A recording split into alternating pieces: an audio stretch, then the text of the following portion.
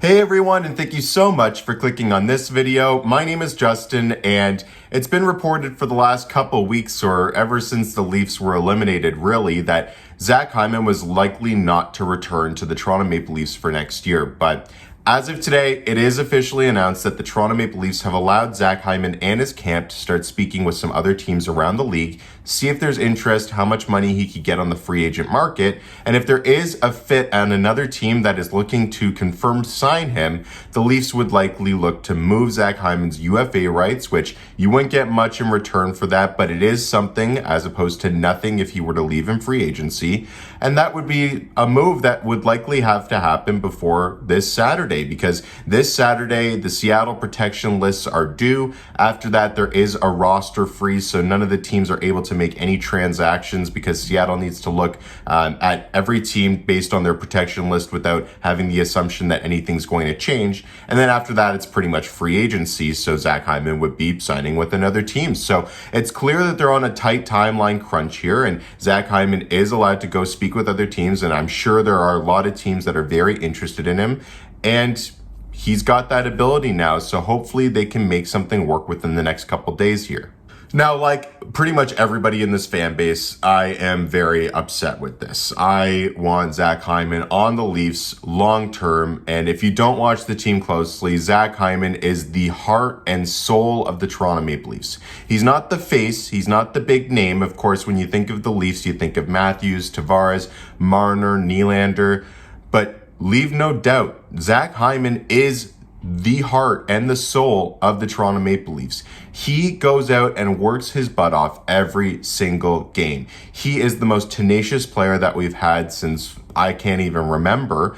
And people probably don't even realize that he's actually a really good goal scorer who's scored 20 goals in his career and has been en route for almost 30. And so he's got definitely a scoring touch. He's the perfect player that's worked just fantastic with a line with Matthews and Marner. And of course, his point production is definitely a reflection of playing with those two. But those two would not be nearly as productive as they are with Zach Hyman. And so he's a great piece to add to any team. I truly, truly wish that he would stay with the Toronto Maple Leafs, but ultimately, based on all the reports, it sounds like that's just not going to happen. And so I've completely talked myself into the idea that he's not going to be on the Leafs next year. And as sad as that makes me feel, at least they're looking to move him for some sort of asset in return, as opposed to, like I said, losing him in free agency for absolutely nothing in return. However, it's a really big shame that of all of the guys that have been able to get their payday, get their money, get their big contract from the Toronto Maple Leafs, Zach Hyman is the odd man out, where Kyle Dubas has ultimately said, enough's enough, this is what you're worth, we're not going to pay you anything more.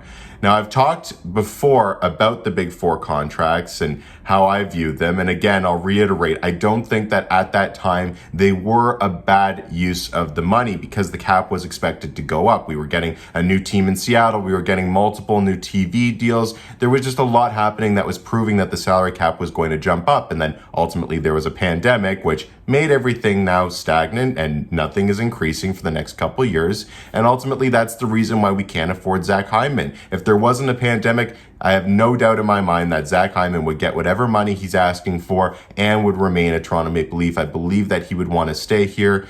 But at this point right now, we just can't afford to have another $6 million player on that first line. Or if they were looking at exploring putting him on the second or the third for following years, we just can't afford that. Like I said, with his age, putting him on like a 5-year deal, which is probably something that at the very minimum he would be looking at, I don't know if that really works for us. So I can see why, obviously, we wouldn't want to pursue signing Zach Hyman in this offseason. It's difficult for me to buy into the idea that Matthews, Marner, coming out of their entry-level contracts and demanding the kind of money that they were able to get. And obviously there was a big negotiation there, especially with Marner because of the fact that he held out for so long. So Kyle Dubas was clearly trying to talk him down from some number, but they ultimately got a number that they thought that they were worth. And Zach Hyman is the one that says, I'm worth this much, you're not giving it to me, and I'm leaving. It's unfortunate. It's a bad situation. I love Zach Hyman. All I can say is it upsets me, but I understand.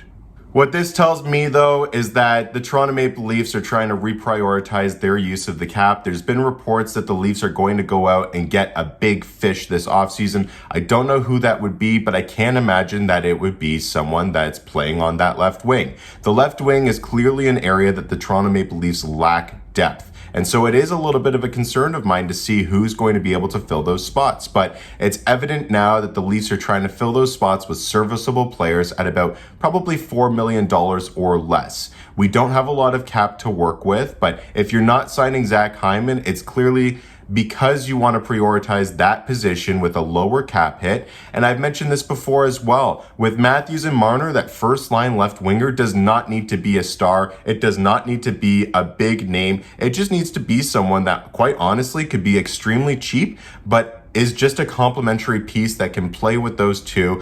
Go get the puck, get it to them, let them do the work, let them do the goal scoring. You don't need any point production from your left winger on that first line. You just need someone that's going to be able to support those players and put them in the best position possible to succeed. And that might be the strategy of Kyle Dubas and the rest of the Leafs management for this offseason. Find someone cheap to fit with those two. Maybe get someone that's a little bit better for that third line or some depth pieces. And then obviously we've got goaltending and the defense to worry about. The defense, quite honestly, I have no idea what they're planning on doing. It's confused me quite a bit about that Travis Dermott signing. I have no idea what they're planning on doing there. So it's really interesting to me to see what their plan is. There's reports that they've talked to Zach Bogosian, although the report is Zach Bogosian's still going to explore free agency.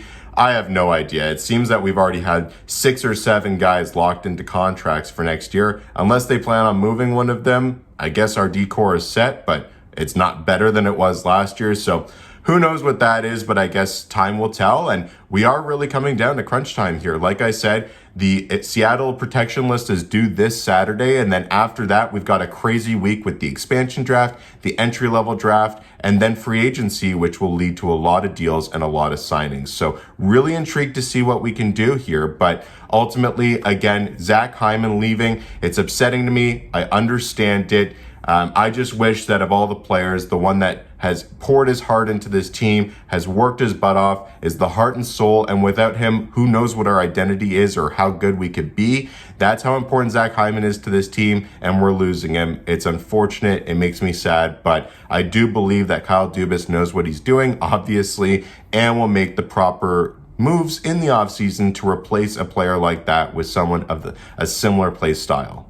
I'd love to hear your thoughts. Let me know. What do you think about Zach Hyman probably leaving the Toronto Maple Leafs? How much money do you think he'll ultimately be able to get in free agency? To that point as well, how do you feel about Frederik Andersen, Zach Bogosian, the other guys that are apparently leaving the team in free agency? And what can we do to replace those guys in our roster so that we have a big impact for next year?